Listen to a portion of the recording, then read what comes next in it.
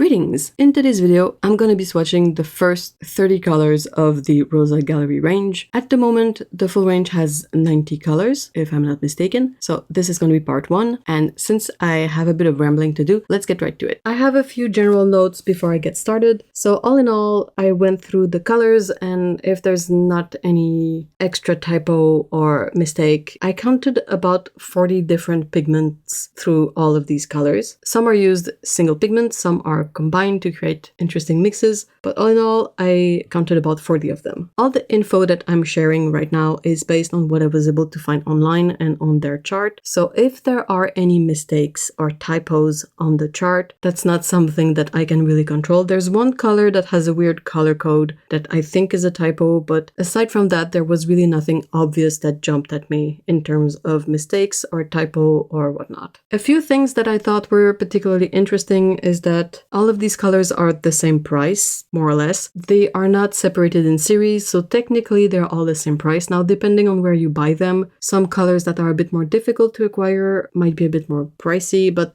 we're talking like 20 cents, 10 cents, $1 at most. Like, it's nothing like you would see between a Paint Series 1 and a Paint Series 4 in other ranges. I will try to go through every color and mention the pigments and the particularities of these pigments when we see them for the first time in a color. Things like opacity or transparency, the light fastness of the pigment, whether it's an organic or an inorganic pigment, and other little notes that I was able to find. Now, these notes are for the pigments themselves. I don't know really how it all accounts when it comes to being in a watercolor binder. In this specific watercolor binder, the Rosa Gallery formula, that's something that I don't know per se, but still, I think there's a bit of interesting info in there. There is one thing that I don't particularly address with every color because I find it really difficult to evaluate in some circumstances, but it is the opacity of each paint. I feel like the rating of opacity in a paint, especially in watercolor, is always a bit weird in the sense that you will never get a watercolor that is completely opaque. So in that sense, when they label anything as opaque, it's never really opaque. And then when you paint with it, I've seen a lot of paints that were labeled as, like semi-transparent, and when you layer them over black paper or over a black ink patch, they come up really visible, like really opaque. So I feel that it's a somewhat unreliable assessment when it comes to the paints themselves. I will talk about the opacity of the pigments composing the paints, but the paints themselves, I didn't really test them for opacity. It's not something that I find particularly useful. There's a few tips that you can rely on visually to assess if a paint is more opaque or more transparent. There's the color that the paint is when it's dry in a pan on a palette. Let's say we take a yellow. If a color is yellow and the pan or the dry paint looks really dark brown, that tells you that this paint is very transparent. It is the case of PY150, nickel azo yellow. And if you compare that to a pan of cadmium yellow, where the paint in the pan, the dry paint, is almost the same color as the paint on the paper, then that tells me that the paint is not transparent. It's a bit like when you have a dark coffee or a dark tea that's black. When you pour it in your mug, if you look down at the mug, it's going to appear completely black. But if you spill a bit, you'll see that it's a lighter color and somewhat transparent. So it's kind of the same effect here. I hope that makes sense. Also, I find that if you paint a swatch of the mass tone of a paint on something like cold pressed paper, I'm using cheap cellulose cold pressed paper for the swatches, and if you look at the mass tone swatch, if it looks kind of patchy and a bit mottled, that usually tells me that the paint is transparent because it didn't layer down perfectly the same everywhere. So the areas that had thicker paint dried darker and the areas that had slightly less paint dried lighter. Whereas if you have a fully opaque swatch of mass tone of a paint, it's not gonna dry differently if there's more paint or less paint in some areas. I hope that makes sense. That's usually how I gauge opacity. I don't really rely on the ratings that are on the paint tubes or the pans or the charts. I kind of prefer to test the paint myself because I've had so many situations where a paint was, supposed to be somewhat transparent, and I paint with it and I'm like, this is not coming up as a transparent color. Like, I do line art a lot. So if I paint something over my line and it's a paint that's transparent and I see the deposit of the pigment on my line, then the paint is not actually transparent. A very long ramble ramble. I'm sorry. I hope this is somewhat coherent and makes sense. If you have any questions about that, feel free to leave them in the comments. I might do a dedicated video on this, but yeah, so that's basically why I don't really go over each paint's specific opacity. I include the info from the chart in the video and I talk about the opacity of their respective pigments, but I feel like it's not super reliable to mention the opacity of the paints on the chart or to test it myself because there's so many variables here that it's really difficult to give a good answer to this question. And briefly, I know that organic and inorganic pigment is a bit of a vague descriptive when you don't really know what it's about. So I did a bit of research and I found out that basically organic pigments are carbon-based. Our instinct is to think of plants, of matter that was once, a living thing. That's usually what we associate with organic. But in this case, it's mostly a lot of pigments that are lab-made that are not inorganic. It's difficult to explain, but organic pigments and inorganic pigments, you can both have them in their natural form and in a synthetic form. The organic pigments, they tend to be the colors that are transparent, not always the most light fast. They are somewhat more predictable apparently, and there's a wide range of colors. So we find our phthalo, our quinacridone, our perylines within the organic pigments. They also usually have a really high tinting strength. Now, inorganic pigments are usually made from metals or mined. They can also be found naturally or made in lab in a synthetic form. But yeah, these are kind of the opposite of our organic pigments. So they are more opaque, they're more dense, they're more heavy. They tend to be more permanent too. Like they usually have less light fastness issues. You can have them raw or burnt, like raw sienna, burnt sienna, that kind of stuff. I know it's a bit vague, perhaps I'll make a more thorough video just on that, but I wanted to give you sort of a vague idea of what I was referring when I mentioned whether a pigment is organic or inorganic, and I feel like it's interesting info even if it's a bit vague. Organic and inorganic pigments is still a concept that is a bit new to me in terms of understanding it. I had never really looked into it before, so if I made any mistakes, I'm really sorry. It was not intentional, and I'll try to correct it or at least present some sort of errata in the next video.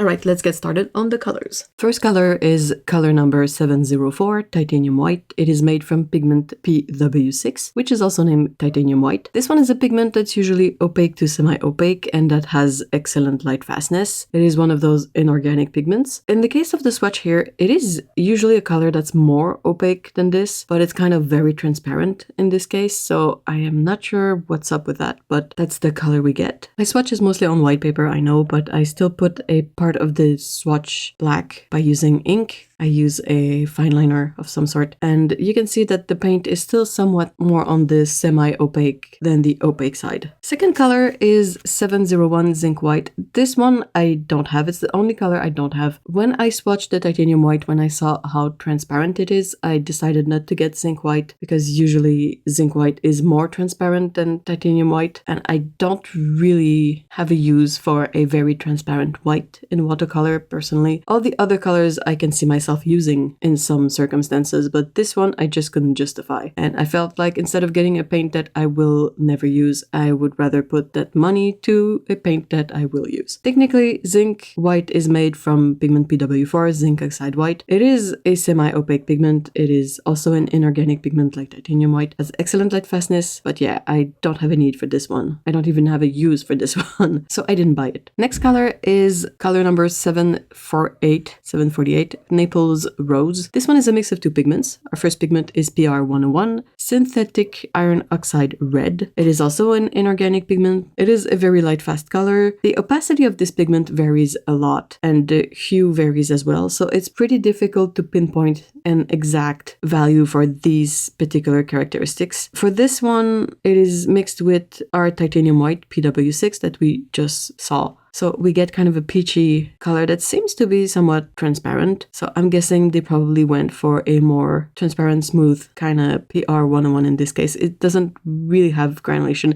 It has texture because of the thickness of the paint in some areas, but it's not particularly granulating. Color 745, Naples Yellow Light. It's a bit in the same idea as the previous color. It is a pigment mix with our Titanium White. In this case, it's pigment PY42, which is synthetic synthetic yellow iron oxide. It is also very light fast. It is also an inorganic pigment. And in this case, also the opacity varies and the hue varies a lot depending on where it's from, how it's made, all of that. So it's always a bit difficult to get any kind of consistency just with the pigment number and name. You kind of need to either visually compare or know that you always get it from the same source and that it's made in the same way. 702 Cadmium Lemon, our first cadmium color. This again is also an inorganic pigment. It is opaque. It has a certain range of hue as well, not as extensive as some other colors, but you'll see I have multiple paints with that single pigment in their composition and they're not all the same color. So it's definitely something here. It has excellent light fastness and it is, like I said, an opaque color. In this case, with the cadmiums, the opacity is always somewhat the same. It doesn't vary as much. I've never really seen any kind of transparent cadmium colors that were actually made from real cadmium pigment. 771 Azo Yellow. So this one is made from pigment PY151, which is benzimidazolone yellow, H4G. This one is our first organic pigment, so it is a staining color. It is semi-transparent here. It has excellent light fastness, and it is a color that has a, fair tinting strength, but that is also staining. So if you mix it with other color, that's the tinting strength, it's not gonna overpower the other colors. And it is our first yellow that is not made from a mineral, from a metal, and it is also our first yellow that is somewhat transparent. Color 731, Cadmium Yellow Light. Again, we find our pigment PY35, so our cadmium yellow pigment. It is the same characteristics of the pigment as I mentioned before, but you can see that this one is a different hue, so already there's that. It is a really nice yellow. Color 703, Cadmium Yellow Medium. And again, it is made from our cadmium yellow pigment, PY35. But as you can see, we are starting to get a bit warmer in the yellow. This one is a bit more orange, all while being the exact same pigment. I think that's pretty interesting in terms of how a pigment with the same pigment number can change in hue depending on how they make it, possibly. I'm no chemist, but there's definitely something here that affects the color of the pigment. Color 732, Cadmium Yellow Deep. This one is a mix of two pigments. So we get our PY35 cadmium yellow, and then we also get PO20, which is pigment cadmium orange. It is, again, an inorganic pigment, so it is one from metals, has excellent light fastness. It is rated to be opaque to semi-opaque. So if you mix that one with the yellow, you get the hue we're looking at right now.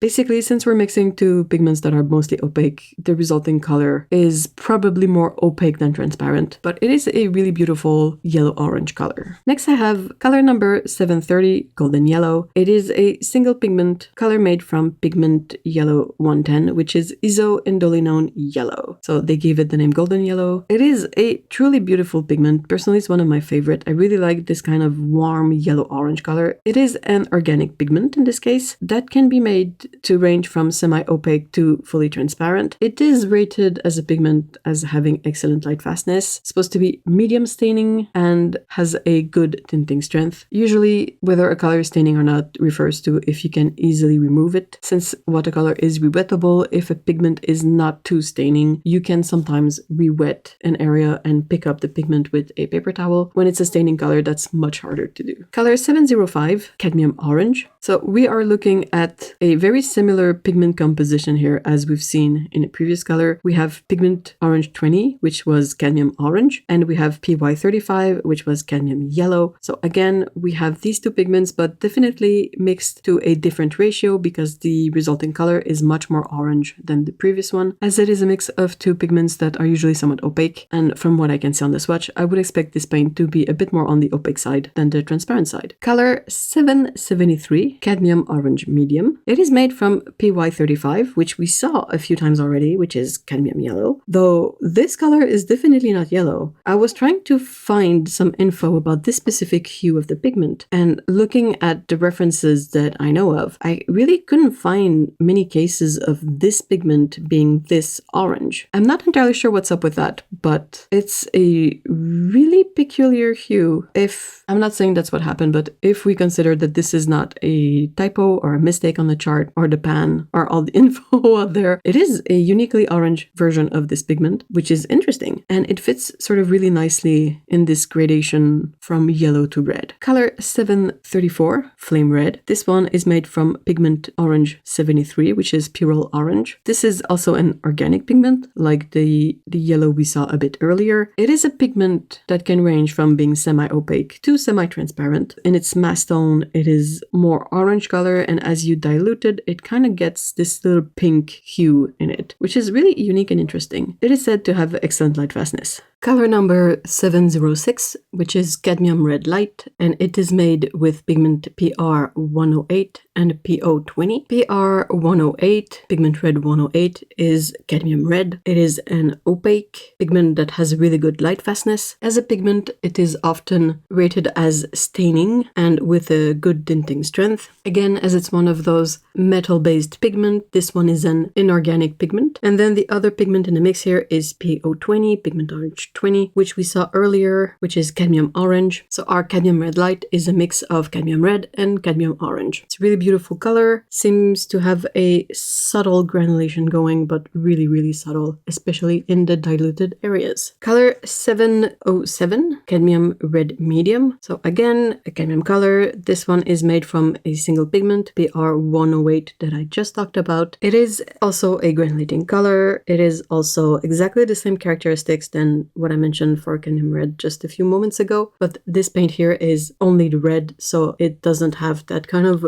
warmth that you get when you mix it with the orange. A really nice color, strong mass tone, and it dilutes really beautifully. Color 774, cadmium red deep. Again, our pigment red 108, our cadmium red pigment. As you can see with the previous swatch, this pigment can be made in a way where it's not going to be the exact same hue depending on the process. So you can have paints that are single pigment that only have PR108 in them, and they're still not going to be exactly the same hue. In this case, as you can see, this one is a bit more muted, a bit more deep. It is a darker red color. Color 740, bright red. So we are getting a two pigment mix here. We have pigment orange 73, which I've talked about earlier as well. This is Pyrrole Orange. And then we also get PR254, pigment red 254, Pyrrole Red. So a mix of Pyrrole Orange and Pyrrole Red. This Pyrrole Red color is also referred to as Ferrari Red. This one is an organic pigment. It can range from being opaque to semi-transparent depending on the size of the particles in the pigment. It is a staining color with high tinting strength and is said to have an excellent light fastness as a pigment. 775 Pyrrole Red.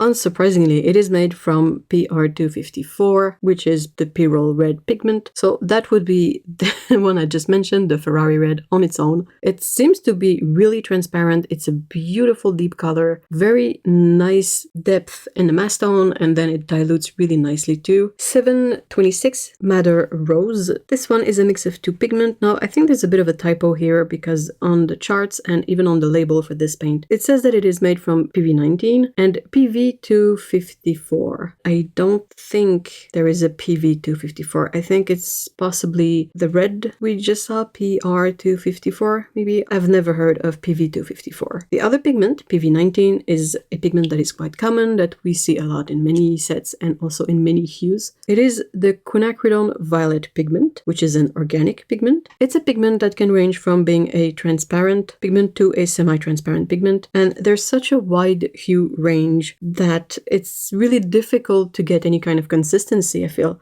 You cannot rely necessarily on that pigment code on a tube of paint to get the color you expect to get. It is a pigment that has a slightly improved light fastness when it is used in acrylic and oil paint, and it's not as light fast when used in watercolor or ink. It is a staining color with a really good tinting strength, and like I said, it is a pigment that you'll find everywhere in varying hues. 725 Madder Red. So we just looked at Madder Rose, and now we have Madder Red. Red, which is also a color made from two pigments. We get two red pigments in this one, PR177, which is anthraquinone red. It is an organic pigment that is transparent, and it is said to be light fast in watercolor, but it is definitely not the most light fast. A lot of people have made light fastness tests with this pigment, and it didn't fare all that well. It is a staining color with a good tinting strength. The next pigment we have in this mix is PR264. Now, I apologize, I didn't notice as I was filming, but there is a typo on my swatch card. I wrote 254 instead of 264, so sorry about that. But yeah, apparently on the chart it says PR264. That's Pyrrole Red Ruben, another Pyrrole pigment, but not exactly the same as the other ones, of course. Also an organic pigment. It is a color in pigment form that is semi-transparent, and that has a very good light fastness in watercolor from what I referenced. 708 Carmine. It is a single pigment color made from PR170:1 Naphthol Red. It is a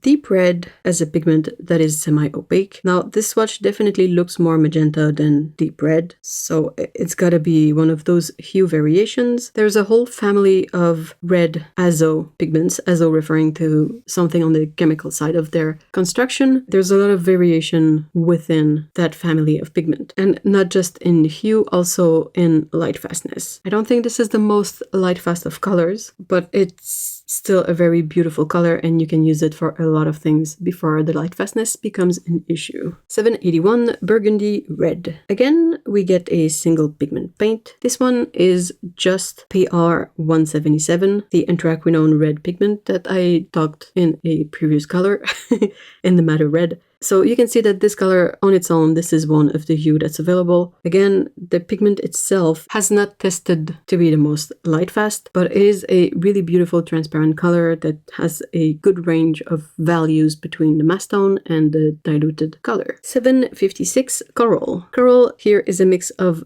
three pigments. I was a bit surprised because initially I expected this color to be more of a tint, like to visibly feel like a color mixed in with white, but I don't really get that feeling when I look at the mass tone, and I think that's great. In this one we have three pigments, like I said. We have two red pigments, and then we have PW6 titanium white. The red pigments are PR4 permanent red R and PR2, which is naphthol red G. The PR4, the permanent red R, is also referred to as the quintessential lipstick red. Both of these red pigments are not very light fast. PR4 is not really recommended for permanent art, so it's something to keep in mind, not to completely cut off those paints, but just keep it in mind. If it's something that's going to go on the wall in the light, be a bit more mindful of this color. 744 Opera Rose. It's another one of those kind of quintessential color that you find a version of in most sets. It is this nice fluorescent pink color and is usually made from having a mix of a magenta pigment with a fluorescent dye. In this case, our magenta comes from PR122, which is the quinacridone magenta pigment. It is one of those organic pigments again, and it can go from semi-opaque to transparent depending on how it's processed and molded. The light fastness varies a lot, but a lot of tests show no loss of color whatsoever when it comes to this specific pigment, the PR122. The fluorescent is a different story. That's usually a